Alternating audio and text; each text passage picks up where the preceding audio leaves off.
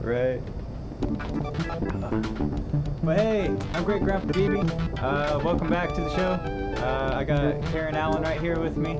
We're here at Health Plus in Sandusky, Ohio. This is always one of my favorite places to go. Local shop, you know.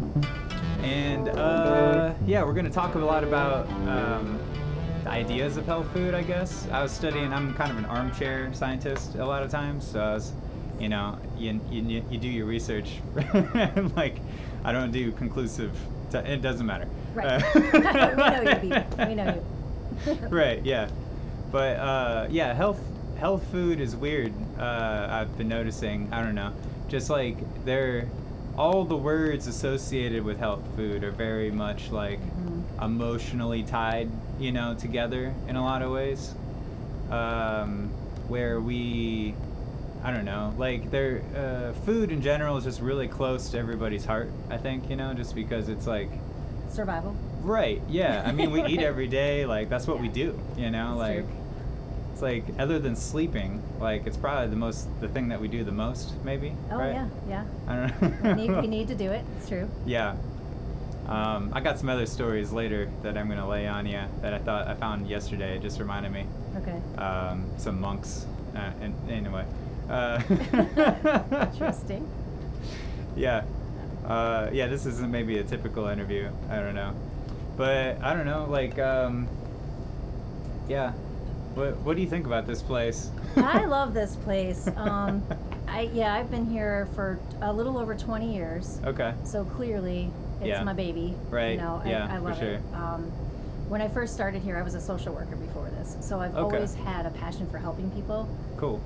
And I kind of got recruited here. I met Tom, and he was like, "Hey, you work for me full time," and I'm like, "Okay." Nice. Yeah, I don't know for sure. anything except for a couple of herbs and what they do, Yeah. but I knew there was something to it. You know, I knew there was definitely validity in that, and yeah, it took about 6 months of me working here before I was fully okay with not having health insurance anymore. Okay. Because right. I understood that there was so much value Yeah. in what natural products have to offer. It's like, Uh-huh. oh, you know, and as I was learning everything, I'm like, well, that can do that. So why do I need this man-made pharmaceutical when these herbs or food or vitamins can do the same thing? Yeah. So that was pretty cool. And you know, just to apply it to my own life and be able to help people, and especially since I have a tendency to want to be a social worker type of person anyway. Yeah. So it was really cool for me to have people like coming in the door, asking questions, seeking advice, taking my advice, and actually changing their lives for the better. Yeah. Whereas before, I don't know if you know anything about social work, but not everybody wants to be there. And you know, you're kind of trying to force people to better themselves, and they really don't want it. But when they walk through here, they come here with a purpose. Yeah, that's and true. I love to be able to provide that for them. Yeah, it's very rewarding.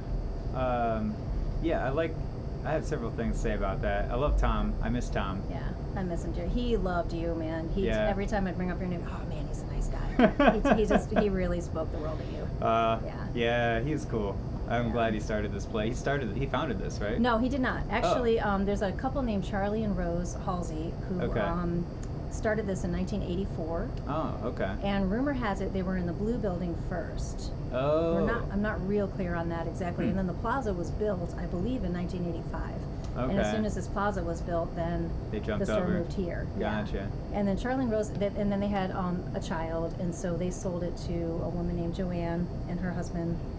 And then Joanne ran it for about 3 or 4 years and sold it to Tom in 1994. Okay. And then I came on board in 2000. Gotcha. And then you know, we tragically lost Tom in 2018, which was horrible. But actually, it's pretty funny. I had a dream about him this morning. It was pretty cool. Yeah, like a bunch of people were in a room, and we all kind of like raised a glass to him, and somebody had a poem, and I wish I remembered the words. I know. It was really cool. So Here's to you, Tom. Yes, thank you. That was just like my dream. Yeah. That was good. But we were really fortunate when he fell ill that one of our part-time workers, Gemma, stepped right up and she said, "I'm going to buy the store." And so she basically, I feel like she saved us. Yeah. And she had the heart and the whole. this place it's not just a store. You know, this is our community, and we really become close friends with a lot of people that come here regularly. Yeah. And family. You know, Yeah. this is like it's not just customer service because we want to make sales. It's because we care. Yeah. You know. Yeah, for sure. So it's really cool, and Gemma carries that right along with her, and she's got these brilliant new fresh ideas. Nice. Which is really exciting, and I'm just so proud and so happy to be part of this team, this family. Yeah, I love it Yeah. here. It's always a great feeling. Like it's like a community type of center in a way too. You know? Yeah. We sorely lack that kind of community and family. Like a lot of times, especially like we're on like 250 right here in Perkins, and it's like they just put in a Culliver's and a Chick-fil-A right God. across the street or something. Yeah. Oh, and the like, Golden Corral. right, All yeah. you can eat crap food. Yeah, All day like, long. I drove by and I was like, oh man, they tore down the Chili's right on, and then like, but it was still there, and It's I there, don't know. yeah. I was like, man. I know. But it's funny because I feel like there's a huge need for it. I mean, there's a huge and a want. There's a lot of people that say, a lot of people from out of town come in here and they're like, we're traveling. Where's your best, organic vegan restaurant in town? And they're popping up. There's Macaroon downtown, which is really cool. Okay, cool. There's going to be a vegan restaurant going in on 250 where the Wolf Inn is, I guess. Okay. I'm not sure what he's calling it yet, but we're excited about that. Isn't that right next door right there? Or No, is that's the Great Wolf Lodge. But there's something called the Wolf Inn, which is like a crazy looking motel. They have like terrible looking. I shouldn't say this because people are gonna watch this, but it's like I think they do that to get attention. But they have like these really gaudy like lawn ornament things in front of their motel. It's right before you get to the BP on the corner. Anyway. I'll check it out. Yeah. Yeah, but they're so Brett rolled on. He says he's going to have this restaurant open hopefully very soon. He's been working on that for a few years, a vegan restaurant. Okay. So yeah, there's health things coming around, and I really, really, truly believe this community will support it. Yeah, I think so. I mean, it's going pretty solid. I don't know. Like I always come here.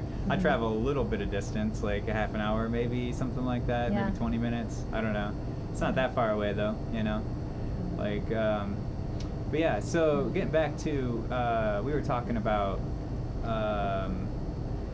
pharmaceuticals versus the health food store kind of an idea, like evolutionarily, like we basically grew up with all these plants and animals and like our ecosystem, like, and that became largely a part of our own DNA. Like it's like a symbiotic relationship between us and our environment. Absolutely. And so I mean, it just makes a lot of sense that like things that we grew up with for thousands of years that we've been around all this time are a part of us and like naturally help us, not because it's just natural, but it's because it is like they grew up in with the same sun. They grew up with the same air, and the same physics of like the same air pressure. There's so many different variables happening all at once. And then we're just there going like picking the best ones, picking the ones that won't kill us, picking the ones that have the best value or the best like, oh, grandma said this one was really good, so I'm going to keep it around and it does seem to work, so we'll go with that, Yeah. Because you don't really, like, no one wrote anything down before, like 1,000 years ago or two, and that's not very long ago, So, like, that's like one of the things that Yuval Noah Harari said in the book *Sapiens*. He talked a lot about, like, the domestication trap of, like, 12,000 years ago when, like, we went from hunter-gatherers and then we just started, like, slowly we started realizing that seeds were a thing. And then we would throw them on the ground in a spot, and be like, wow, these are great, until, like, we're like, oh, if we bury them, oh, if we, like, stay here and look after them all summer, then it's fine. And then we just started, and then that just gradually came into, we just stayed in one spot and, farmed this land, And it helps, it produces a lot of food really quickly and a lot of surplus. And then so that basically trapped people in one spot in a sense. Right. we stopped being hunter-gatherers, and everybody who knew what hunter-gatherers was has been dead for 200, 500 years ago, you know? Yeah. And, like, there's stories, but it's like, okay, Grandpa, like, that's crazy. Like, we're gonna, like, run around and, like, pick berries and go travel like nomads. It's like... You could. Yeah, you definitely could, but you couldn't at that point anymore because they had towns then, you know? Yeah. They had like 1,000 people groups now, whereas hunter-gatherers only had 100 people groups. Right. And you could feed that many people, but you couldn't feed 1,000 on hunter-gatherer type of way of life. Yeah. Which is real wild to think. I mean, like, people lived as hunter-gatherers for hundreds of thousands of years. Yeah, and you know what they had back then that they didn't have once they became agricultural more is the diversity in the food. Right. So you literally would have to follow your food. Yeah. And you would find and forage whatever you could. Definitely. But as soon as we could grow things and learn how to grow things, that's great. Yeah. But what happens to the soil over time? You know, Yeah. and like humans just, it's so fascinating to me, just the evolution of nutrition, like just how humans have figured out what plant is poisonous and what's not, that sort of thing. You know, they had to learn that. They had to find out the hard way most of the time, I imagine. Yeah, definitely. But definitely, like you know, creating the agricultural, you know, created the need to stay, like you said, so people didn't have to wander anymore, which has its pluses and its minuses. Yeah, definitely. Yeah. Like, living like on the land and traveling different places sounds like a crazy life, you know? Right. Like, and you're not working all the time because you're not in the field, you know? Yeah. And so, but like surplus produces some people who don't have to work as hard, and those people can like sit around and think about stuff and invent stuff, and so here we are, basically. Like, Yeah. And that's all it was. right, yeah, yeah. I mean, literally. Like, well, Yeah. I mean, fire and then, you know, the wheel or whatever. I don't know. Like, you know. Well, was, and food is trade too. So, you know, if you think back to food and just survival. So nature, that's the other thing I really love about the store is it just makes sense to me. It's like nature provided everything that humans need to survive, clearly. Yeah. I mean, humans survived for so long before, you know, there were major food manufacturers that, you know, sell you cereal, you know. Exactly, you know? Yeah. I forgot where I was going with that. We like foster different like species of plants to grow with us, basically. We're like, okay, we need these, and I'm gonna take it upon myself to give it to the next generation to like, you know, keep this alive, basically, you know? And whatever it happened to be is what survived, you know? Yeah. You know? It's, but we always think that we're really smart, and I think that's our downfall. Totally. Like, we don't understand always what our ecosystem is and how it works, and we're like, oh, well, if I plant this whole field with russet Burbank potatoes, you know, because McDonald's wants those because they're long and tall for their fry containers, and I just monoculture everything, it's like not the best strategy, you know? It's, you're gonna use way more pesticides than you need, you're gonna deplete the land of very specific nutrients a lot quicker.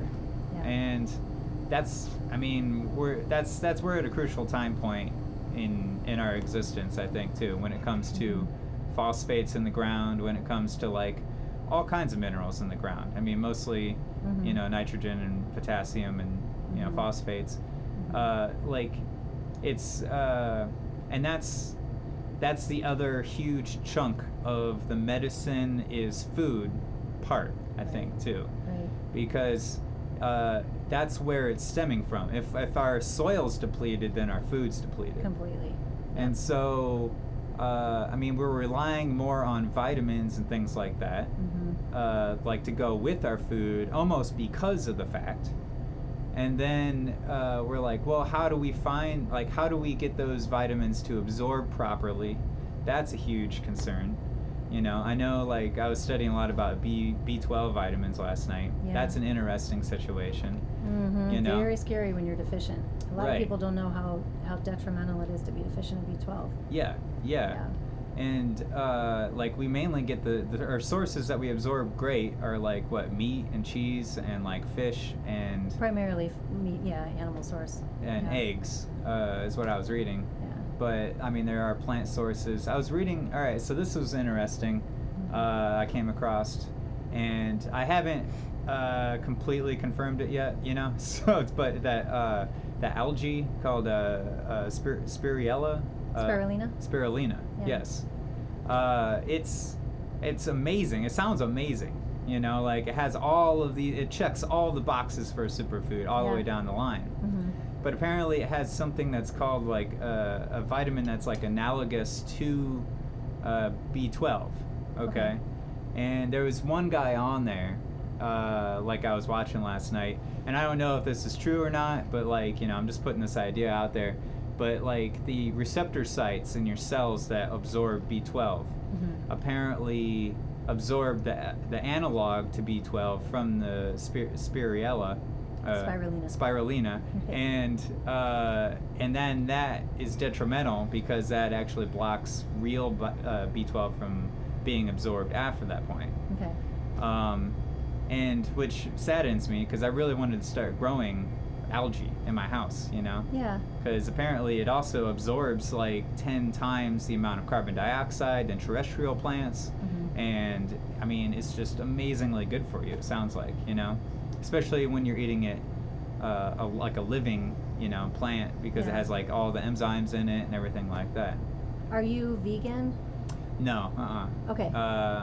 So I would still say do that. Grow the algae and the spirulina, because you're still getting this full. What's so amazing about it is the full protein spectrum that it has. Okay. So it has like a full amino acid profile to it. So you're getting an excellent source of proteins for people that are vegetarian. That's really important. Yeah. But because you're not, that's great, because you can still get your B12 from those animal sources. Yeah.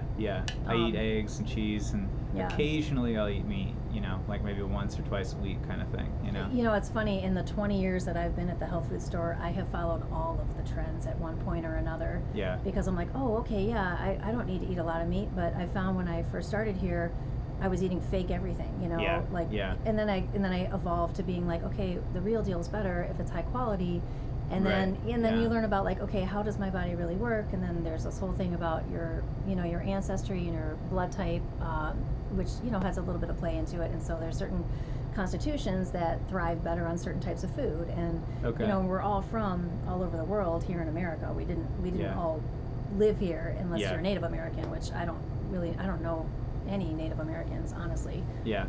So anyway, my point is, what's my point? Well, so what I've come to learn now, I went to nutritional therapy school a few years ago, and what was really great about that is I learned the functioning of the body, like exactly why these things do what they do. Like, for years I could tell anybody, like, this does this. Yeah. But now I know why, like the mechanism in the body in which it works. Yeah. And literally what I've come to understand is that, humans have a symbiotic relationship with animals of the earth. We always have. Yeah. There are certain animals on earth that wouldn't survive without humans, and vice versa. Okay. And so there are nutrients that you can only get from animal sources. And you don't have to kill a cow to get B12, but like you said, you can eat butter and eggs and things that aren't going to be detrimental to humans. And if we source it humanely, like, pasture raised, biodynamic farming type things, we can actually save the earth, and it's okay. You can include animals in that whole idea. And I understand people that have, because we need to, I think. We do need to. We totally need to. And so, like, if you feed, if you birth a cow, raise it, feed it, it eats off your land, it poops, out this organic material because it's eating all this organic food. It fertilizes the land in a way that you can't buy in a bag. And then you raise this food that's totally organic, and it's all biodynamic. It all works together synergistically in this small piece of land, which in Ohio I think happens a lot more than I'm not sure about the rest of the country, but it's exciting to watch that happen, and so I can get on board with that. Like, factory farming is just disgusting, but when you have respect for the animals in the land, and then it feeds you nutrition. And there's ways, people are amazing because of their imagination, and we can invent ways to make this happen. We have so much technology right now. I have a lot of crazy ideas about this, by the way. I'm sure. Not surprising. Right. Like I was talking to Boomer and Cassie the other day. They were putting together their microgreen little company going on, Grow Pine Street piece, and like, Nice. they're great. Like they've been doing a little subscription service with like making little salads and cut in like jars, you know. Oh, cool. Yeah, it's really awesome. And I was telling them about this because we went in like urban agriculture a little bit and things, you know. And I was like, well, why don't we just like, you know, after we have like automated cars on the roads, why don't we just shut down the subway system and then just make it all cows, you know? Like, Right. just turn it all in the grass and, you know, put mirrors so that the sunlight gets down there or something, right? Like, I don't know.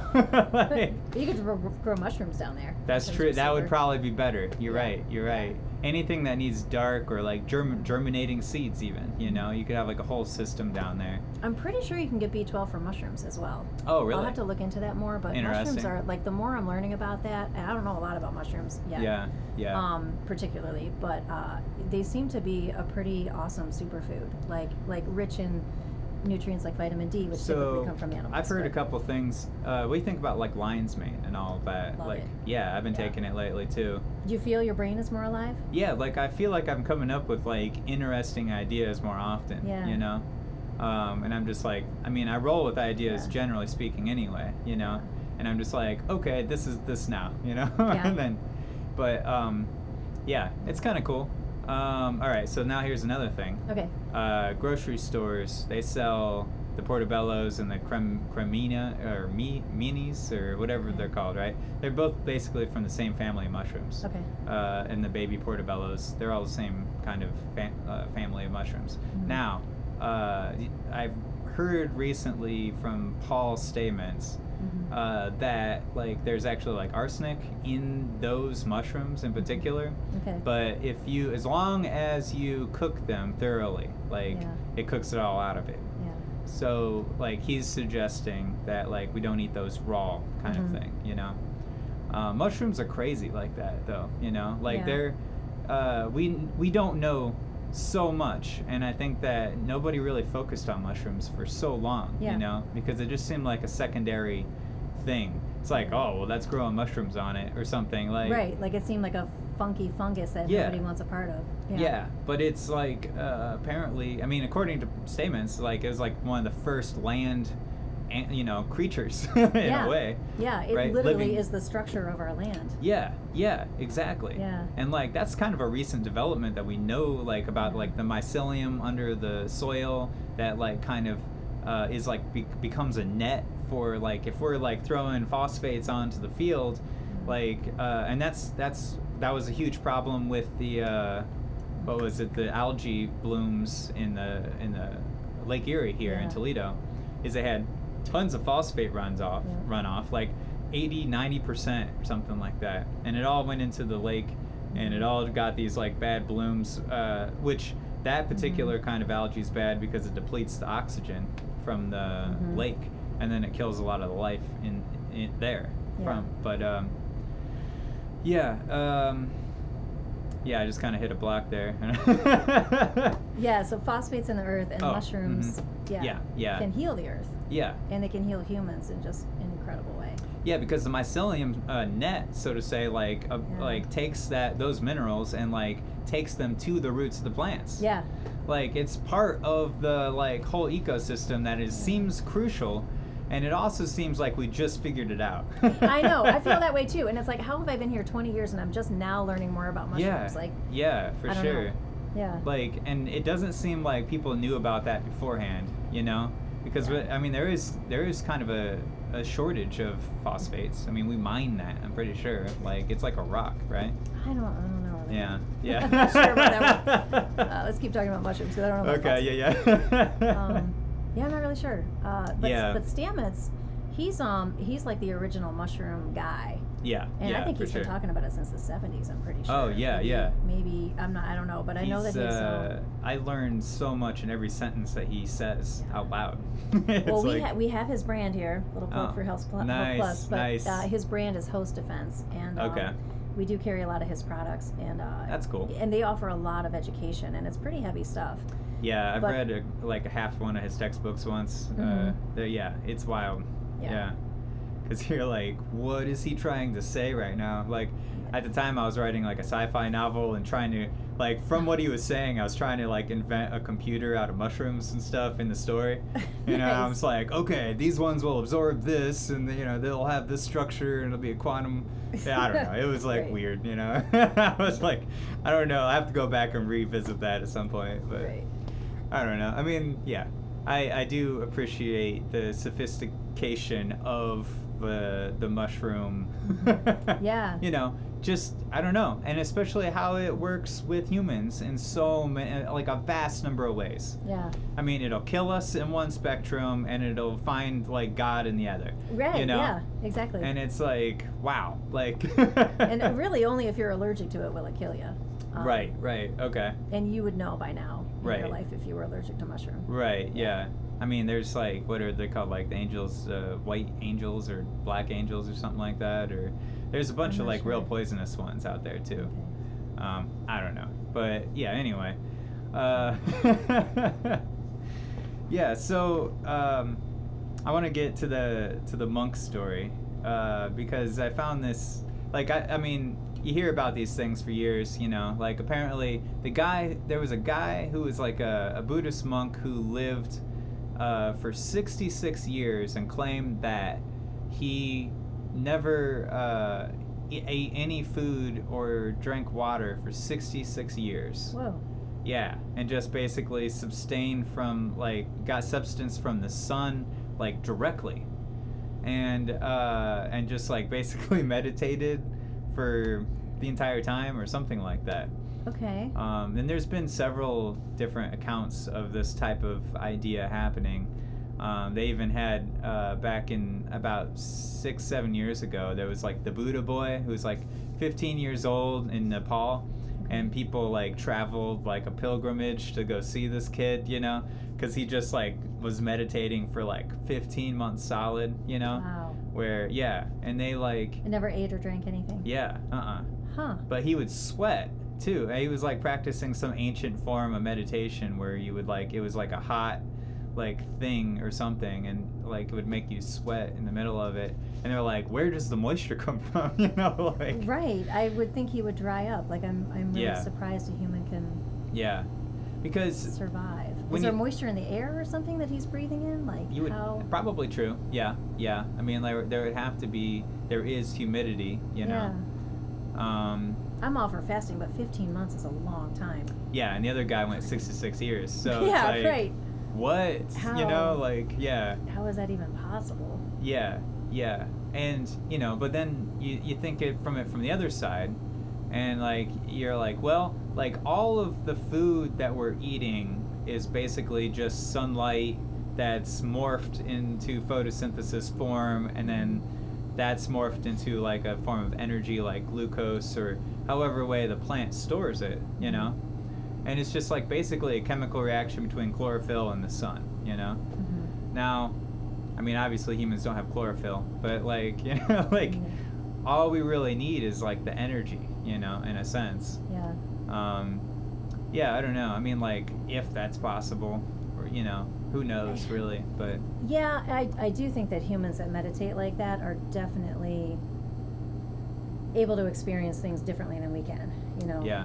Like I believe in that, but it is hard to believe that a guy went 66 years without eating. Yeah, for sure. Or drinking water. Because, I mean, there are, like, there's one thing that we do know, and the reason why these mysteries always pop up is that, like, we don't know everything that's happening, you know, like, by a long shot. That's true. That is incredibly true. Yeah. And so everyone just wants to believe, you know, basically anything. It could be true, because how could we not believe it if we've never seen? Yeah, exactly. If we've never seen it. Yeah, that's true too, you know. I mean, I fasted for like I fasted for 7 days once, but I still was drinking tea, you know. Yeah, like, exactly. Yeah. And so it's like, and it's weird how, I mean, even at that 7-day mark though, like it was really hard to actually go back and start eating food again. Yeah. Which was weird. 'Cause like you're just not, that's not it, like so quick. Your body just changes over, and you're like, no, you don't eat now. You know, and it's like, okay, so like I guess that's my new normal. You know. Well, breaking a fast is That's what I'm talking about. You got to be super careful. Yeah, you got to come back real slow. Especially after like 5 days or so. Okay. 5 or 10 days, you definitely got to ease your way back into it. Yeah.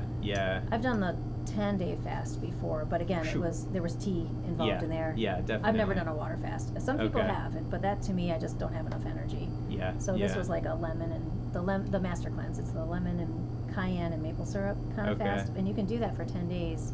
But after you do it, I remember, it's been a while since I've done it, but I do remember having all this clarity and tons of energy.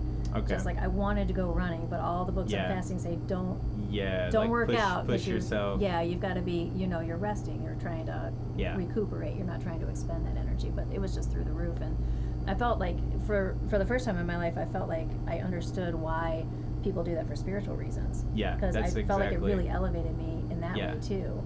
It and I was just grounds doing you it for in ways that you don't realize that it's going to do too. Like as far as just like world hunger, like it puts you in that spot, and it makes you like realize like I am not going to be able to succeed in life right now. Like if I don't come back from this,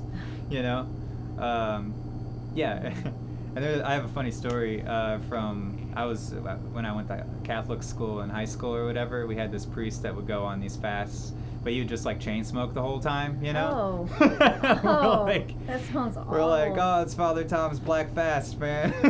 I don't know about that. Yeah. I heard a story about a woman that had a fasting day, but her fast was go to Panera and buy a giant loaf of bread, and that's all she would eat all day. I'm like, that's not fasting. That's not a fast. That's eating a loaf of bread a day. I'm like, that's definitely not fasting. No. I don't know, but that was her version of it. Yeah, right, yeah. Weird. Okay. I mean, yeah. I'm not going to say this is directly correlated, but like we definitely, back to the idea of like how words affect how we view food. Okay. Right? Yeah. And the fact that like what is gluten, what is carbohydrates, what is like even like CBD, like those things all have like real emotional ties to like how we view the world and like how we approach it, because some people just don't even think about it at all, just doesn't even come into their mindscape. And like but like when we attach ourselves to these types of words, even sugar to an extent, like I mean, sugar's straight up a drug, Oh yeah. Like, and it's made that way, like evolutionarily. Like if we found something with sugar, we're programmed to eat as much of it as possible. Right, because you might not get energy another way. Yeah. So when you find it, get it. Yeah. Right. Exactly. But back in the day, I think I started to say that about food as a commodity, and so salt had value. People would trade things for salt. Yeah. And for sugar, when they discovered sugar cane, and then they like super amped it, and then it was like, if you were missing teeth, you were wealthy because you were eating enough sugar. Wow. Right. So the peasants, literally, this was a thing, and so the peasants would like pull out their own teeth so that they looked like they were wealthy. Oh, wow. Isn't that crazy? Yeah. Because only the rich people could get the sugar.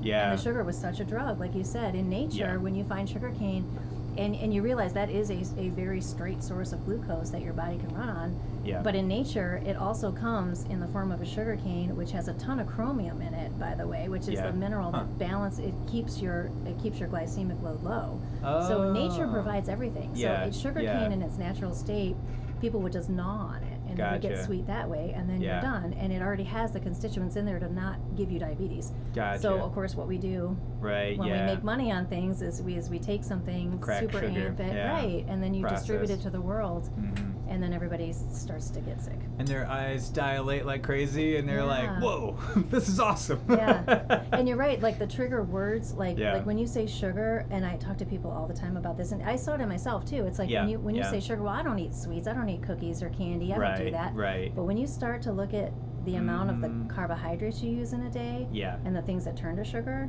it's shocking. And I mean, even people that think they're conscious about it. It's like when I first started tracking, I was like, holy crap, I eat a lot of things that are sugary. And that's, I mean, that's kind of like baseline in our society. Yeah. It's almost taboo to like not eat sugar anymore, you know, which is so weird.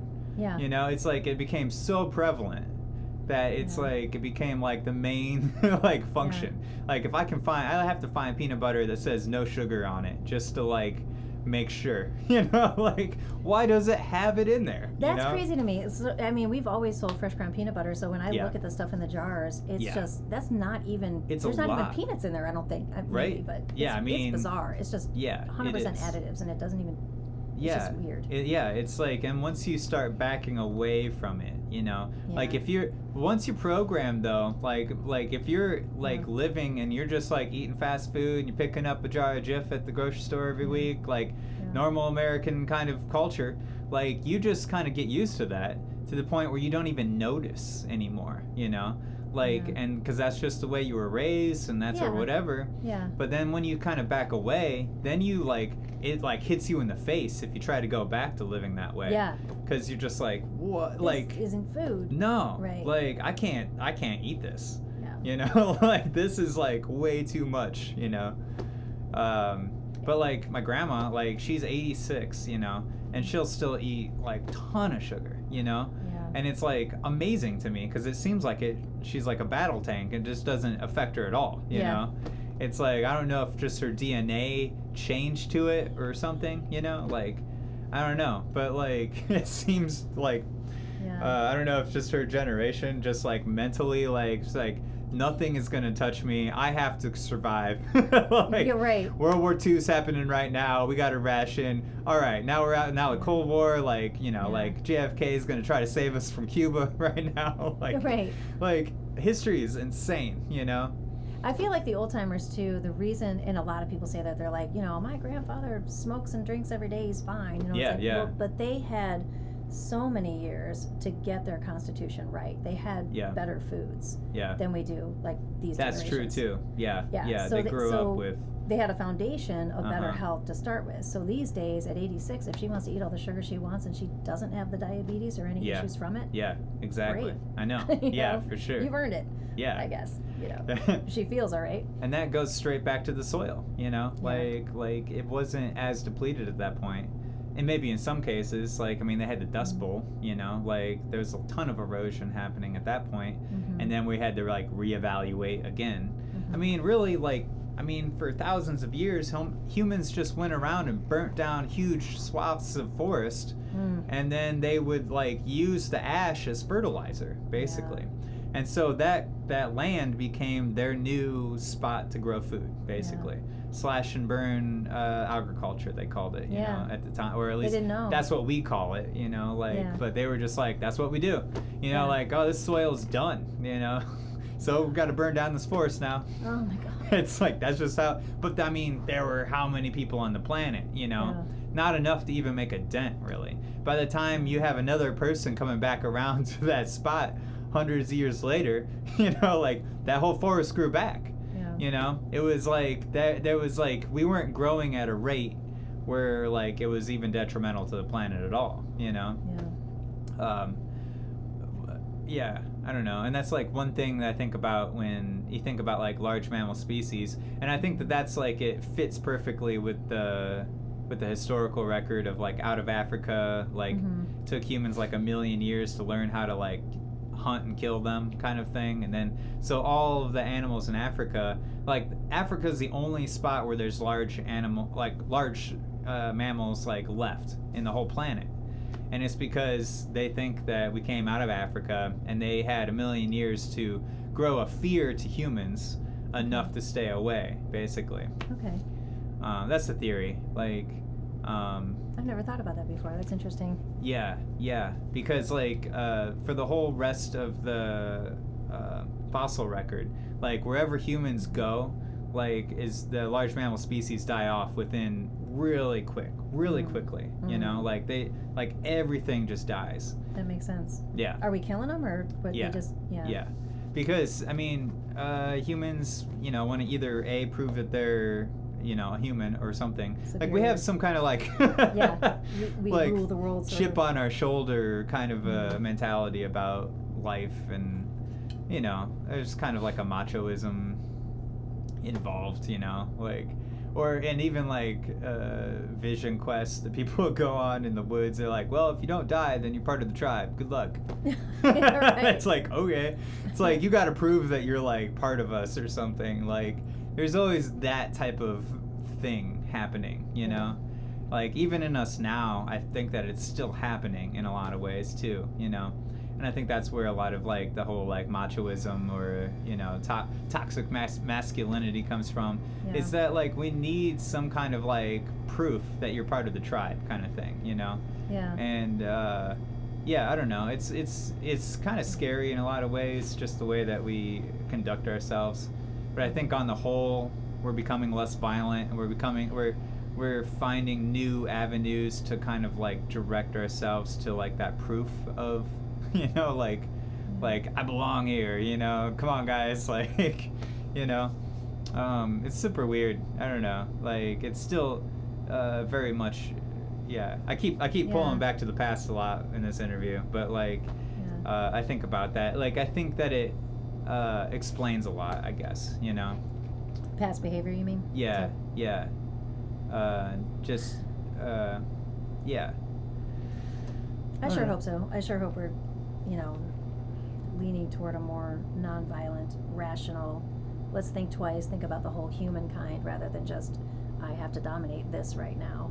Right, yeah. You know, when you were talking about farming too, farming practices in different parts of the country, like the very first time I went to the Pacific Northwest, I went to Washington, and we did hiking in the Olympia Mountains. Oh, nice. And when I came back here, I was so sad. I'd never seen trees that big. Oh, I didn't know trees were that big. Exactly. I mean, I saw Star Wars. I remember the trees and you know those films, but to see it in real life was just awe-striking. And then to come back here and look around, you're driving down the highways and you're like, oh my God, these trees are so small. Yeah, no old growth left. Whole sense of sadness, just like these lands have been wiped out time and time and time again. Yeah, yeah. And in our land, you know, as far as the nutrients in the land, you know, we do have to evolve as humans, and in staying still has its detriments in that way too, because, you know, for example, in Ohio, in this area, in the Midwest maybe in general, there's a serious iodine deficiency.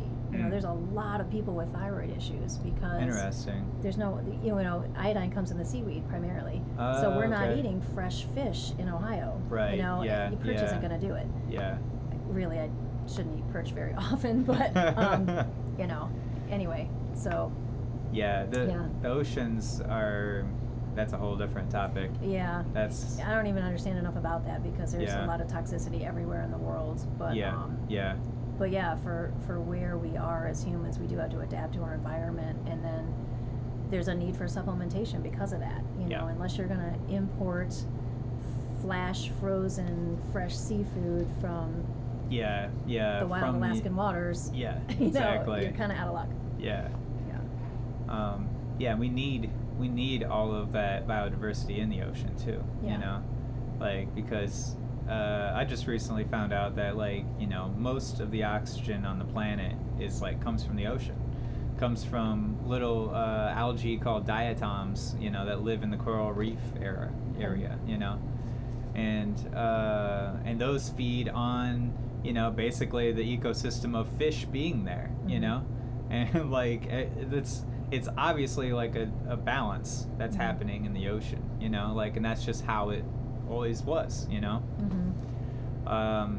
And so I mean, like, I know that they're trying to start moving towards, like, you know, artificial like fish pond breeding grounds or fisheries and things like that, you know, which needs to happen, you know. But also, like you're saying, like, I mean, I've been trying to study marine biology a little bit lately, you know, but like, you have to have like seaweed involved in the fisheries too, because there's a whole lot more going on than just growing a fish, you know.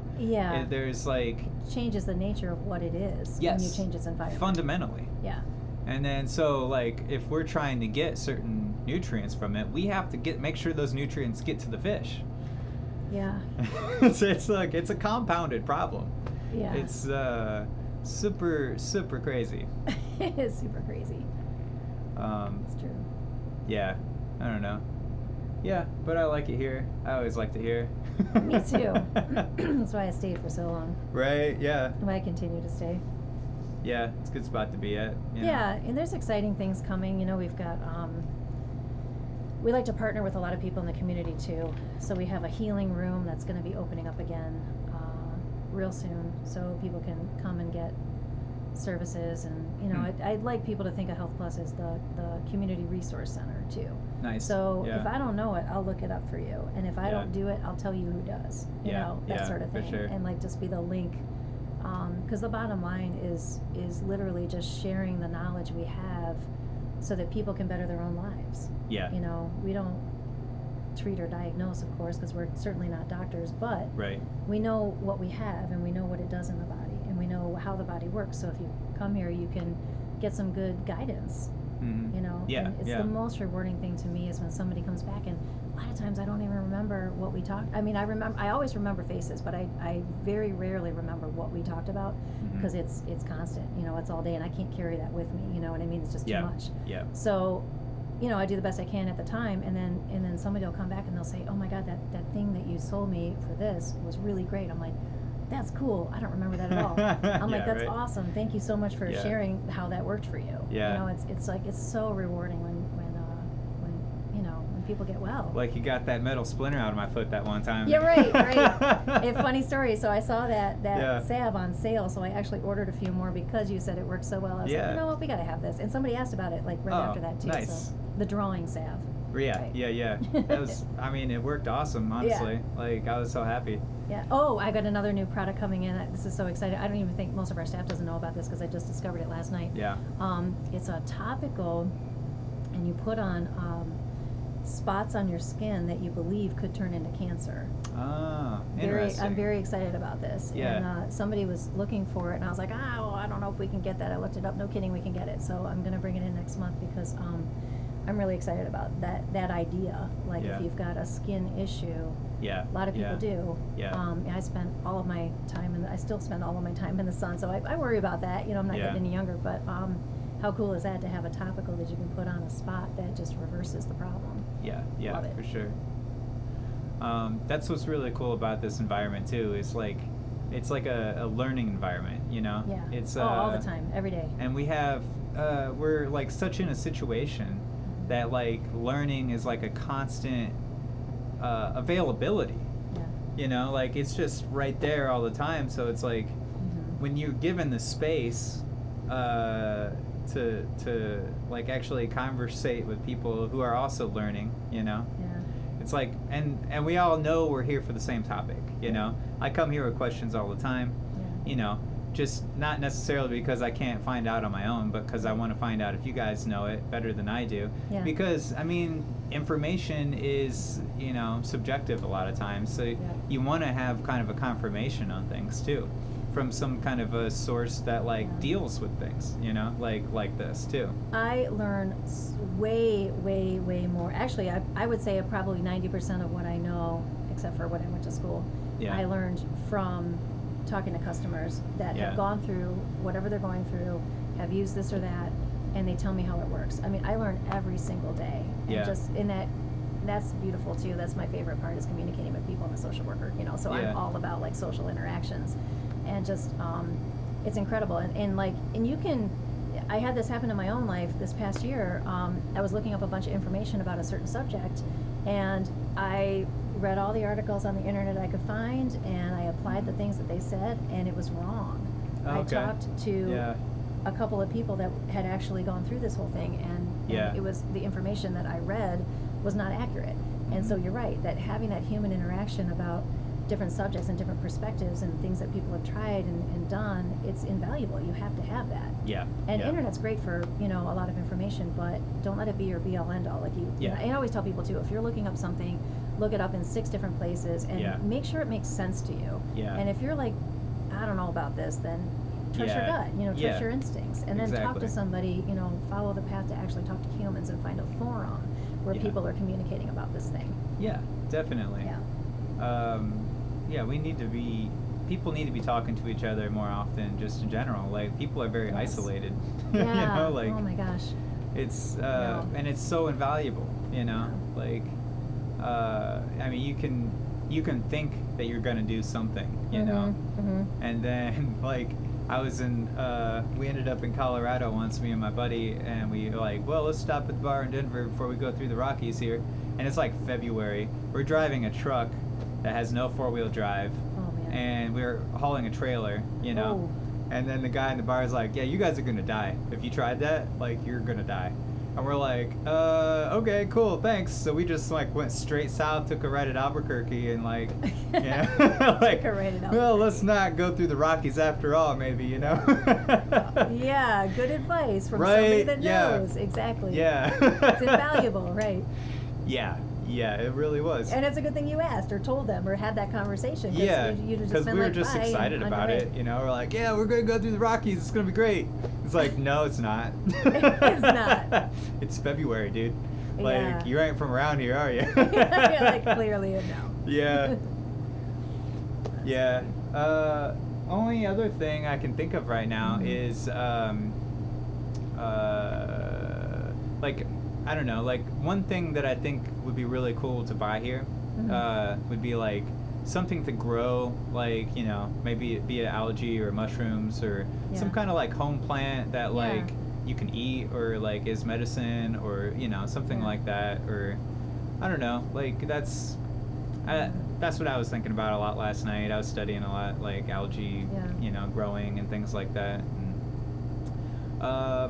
yeah, I don't know. That would be interesting. Yeah, we have seeds for sprouting, so you can sprout your own greens that way.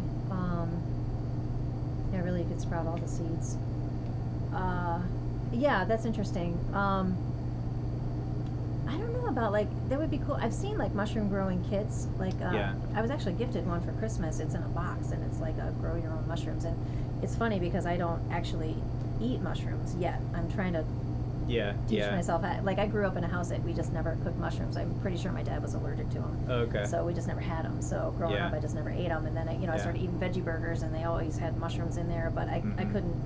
To this day, I still can't imagine just chomping into a portobello. Like, to me, it's just kind of spongy and weird. Yeah. But I understand the medicinal mushrooms. I'm a big fan of. They come in capsules. They're real easy. Yeah, for sure. Yeah, but I actually ate some lion's mane. The Orchard Market last summer had some actual lion's mane in a basket, and they were importing it from Cleveland. Somebody in Cleveland was growing it, and it was really cool. It looked like cauliflower to me, but it's like spongy, and it was kind of weird. But you like brown it. You kind of butter the pan and sort of like saute it and brown it and whatever. It wasn't bad. I mean, I could get on board with that if you can, you know, get over the texture part. Oh yeah, I love mushrooms. You know, Do you? That's not a problem for me at all. Yeah, see, I gotta work my way up to that a bit. I'm just saying it because I feel like it fits your guys' model really well, business model kind of thing, you know. Yeah, we are about that, like teach a man to fish kind of. Yeah. But sure. it's sometimes I still feel like our hands are tied as far as what's available to us through distributorship. And, and then we're always hunting for the best prices because that matters. You know, the cost really matters on things, and so definitely a lot of my time here is spent just really trying to find the best deal on a lot of the products we carry so that we can pass that on, so we're not overpricing things or, you know, having a lot of people turn away, well, I can get that cheaper online. It's like, that's probably true, but we're trying our hardest here. Yeah. You know. I guess last question. Okay. Okay.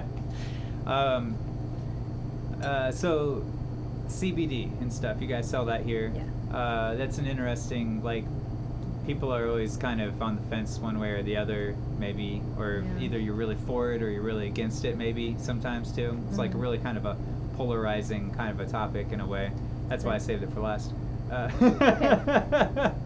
But, like, the thing, what they talk about, like, the endocannabinoid, like, system or whatever in the body. Yeah.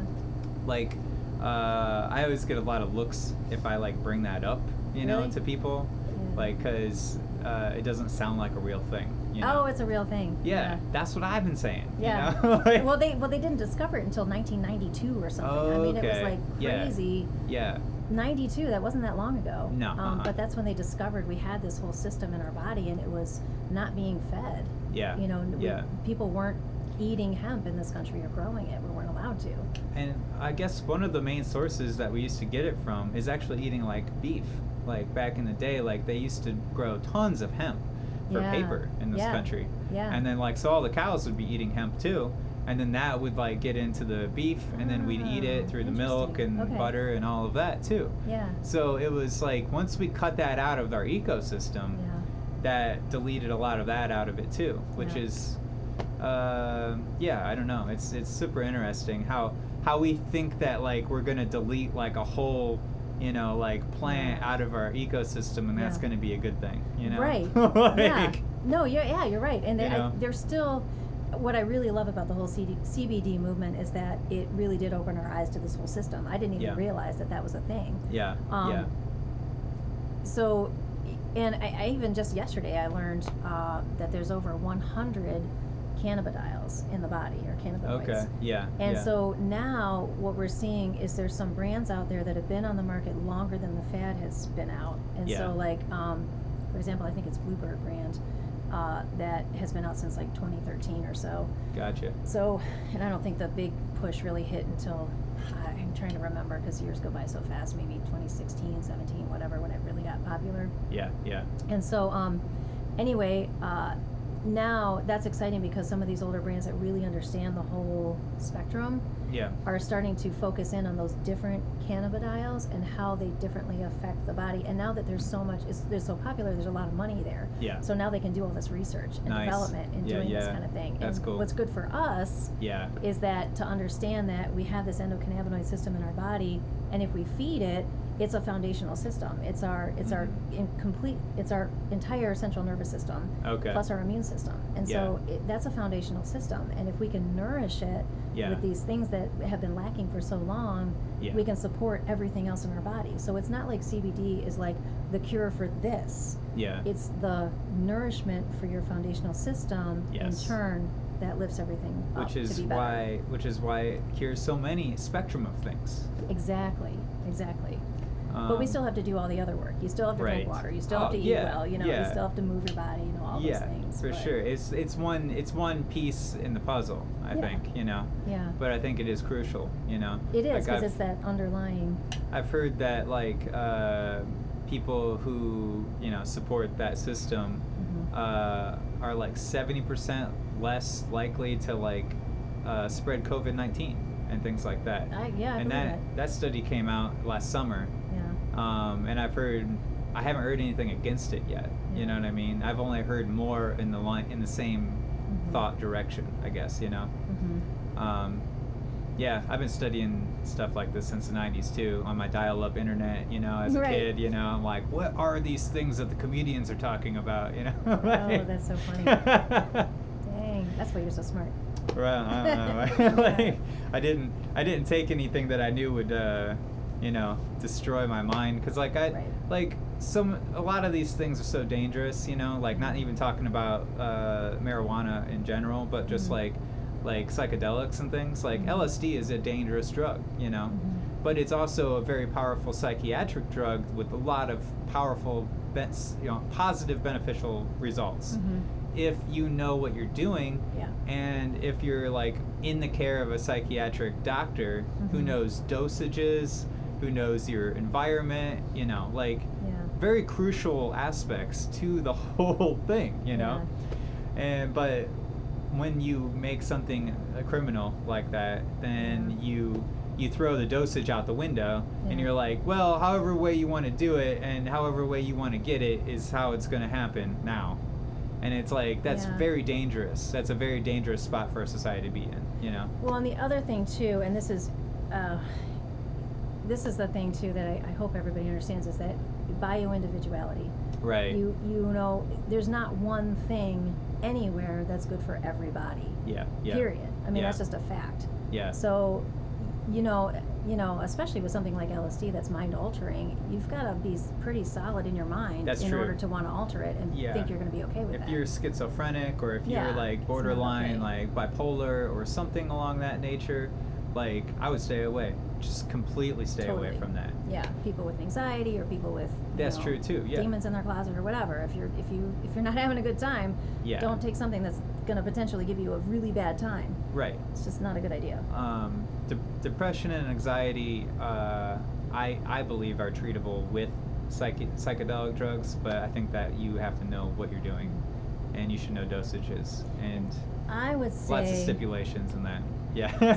So okay. that sounds a little like it sounds a little like pharmaceutical. So take this drug for this issue. Yeah. So I would say okay.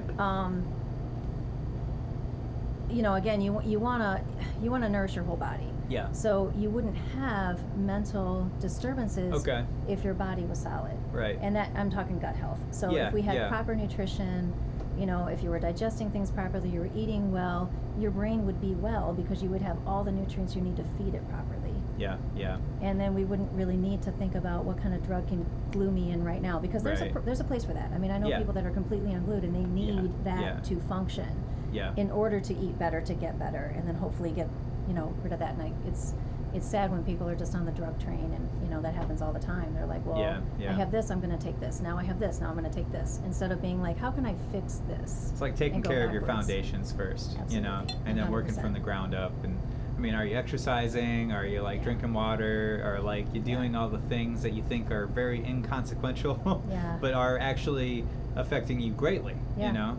Yeah. Like, and that's, I mean, are you just drinking every day and you don't realize that alcohol is also a depressant and like magnifies those things? And sugar. You know, sugar gives you a real quick high and a really low low, and then you need more of it to stay high. Yeah, yeah. And it's I get it because when a person is really depressed, it's really hard to make better choices. Yeah. Yeah. So it's really, but that's why we're here. We're here to like kind of help people, you know, guide them to the baby steps, and nothing ever has to happen overnight. I mean, the very first book I read in here was called The Truth About Beauty by Kat James, and she talks about a 10-year transformation. It took her 10 years to figure out that starving herself to be thin was terrible for her body. Right. And she started eating fats. And she's, you know, she cut out processed foods and carbs eventually. And it was just baby step, baby step, baby step. And eventually she had her transformation. So nothing has to, you don't have to throw away your whole lifestyle overnight. You can't do that. It's not sustainable. No. So it's just, you know, tiny little choices lead to really big results. Yeah, and our body cells turn over, you know, decades of time too, you know? Like every 7 years, they say, all of our cells in our body are completely different. So you can, I mean, if you're trying to change your body, it's going to take you 7 years literally to do that, you know? And all the choices in that 7 years is who you're going to be in 7 years. Well, now that's for every single cell in your body to turn over. So that's true. They I mean, do turn over a lot certain, faster. Yeah.